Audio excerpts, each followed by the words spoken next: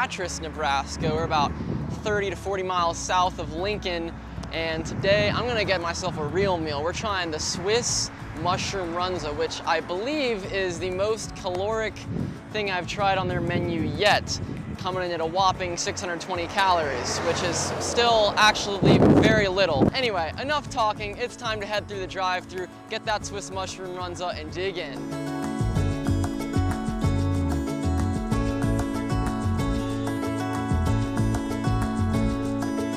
So right now I'm sitting in front of the Homestead National Monument, which is actually about 4 miles west of Beatrice.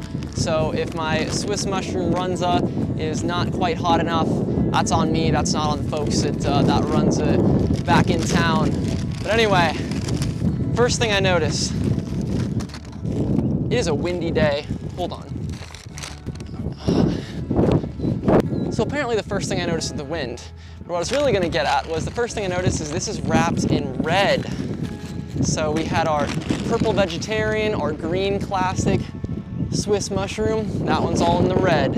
Let's see what it actually tastes like. So it's sticking to the paper a little messy. In fact, it looks more like a sandwich than a runza, but it is very overstuffed, if anything, so maybe could have used a little more dough. Might have to take up a couple points for presentation, but really taste is what matters here. Let's see what it's like.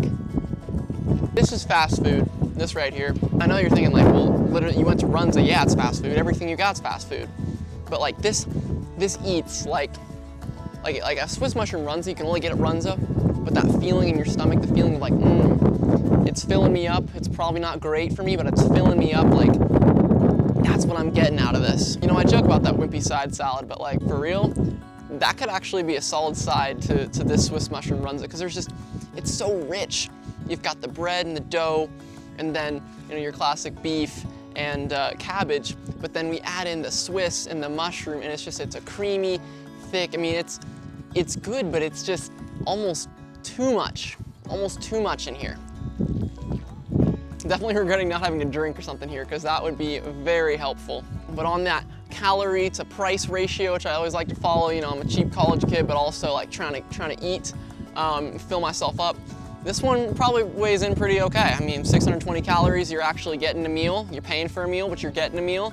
And I think that's quite all right. Now, I would say the phrase quite all right probably translates to about a 6 out of 10. I think that's pretty good.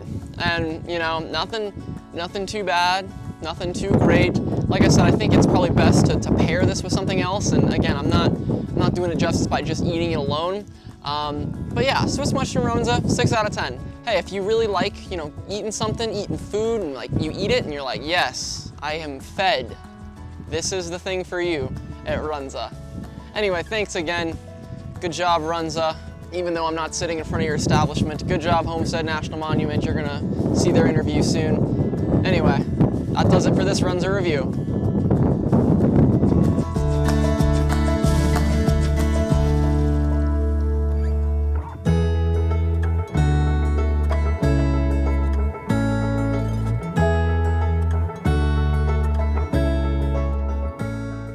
So for my Beatrice interview, I headed about 4 miles west of town to the Homestead National Monument.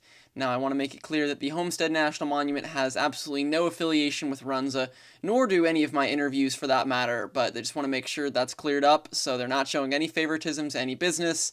However, I did get to talk with the park ranger and learn a lot more about how the Homestead National Monument has handled COVID-19 and some parallels between their history and the history of today. We're here at Homestead National Monument of America, which is a National Park Service site dedicated to telling the story of the Homestead Act of 1862. And the Homestead Act was a land law that allowed you to claim 160 acres of land if you met 3 requirements. And those requirements were you had to live on the land for 5 years, you had to be a United States citizen or promising to become one, which fit into the 5-year residency requirement, and you also had to improve the land. And so the reason you find us here in southeast Nebraska is because the land that we see around us here today is one of the very first homestead claims in the nation. This land was claimed by a gentleman by the name of Daniel Freeman. And the story goes he claimed his land shortly after midnight on January 1st, 1863, the day and year the act took effect. And so we find the site here a great place to teach about the Homestead Act, to learn about the Homestead Act, and to explore the far-reaching impacts that the Homestead Act had on our nation. So we have been adapting to COVID-19 in a few different ways.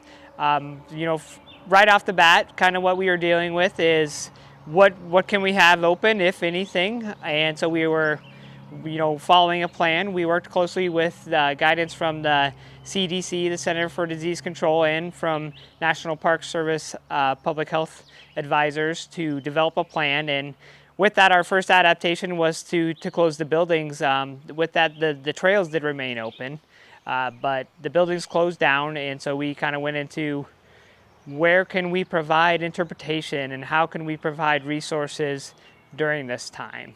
And that kind of led us into, we have a heavy web presence and social media presence, and we looked at where we could provide those resources digitally and those connections digitally. So that was kind of our first step in the equation.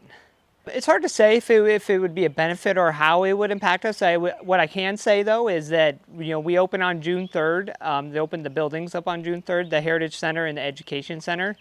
And with that, we've seen a pretty return to normalcy in terms of visitation, and that, just as, for instance, this past weekend, we were, busy throughout the day, and that's inside the buildings and outside the buildings. I think, it's hard to speculate on the numbers, but I would say, we're feeling that things have returned to our normal visitation, and we're happy to be able to welcome visitors here again and see their smiling faces. I might not be the person that can provide you the best information on that, but I did sit in on a presentation our historian recently gave, looking at not only the Spanish flu outbreak of 1918, but also different pandemics and different diseases, like you mentioned, as folks traveled west on the Oregon Trail and the California Trail and things like that. And it's interesting to see where the overlaps are, and that we recently saw a photo of, it was in Lincoln, Nebraska, of a historical photo from that 1918 flu pandemic where people were wearing masks, and we look all around and we see that again here today. But like I said, I can't provide the best in terms of historical information, but there are definitely those overlaps from the pandemics we've seen in the past and how we are dealing with them today.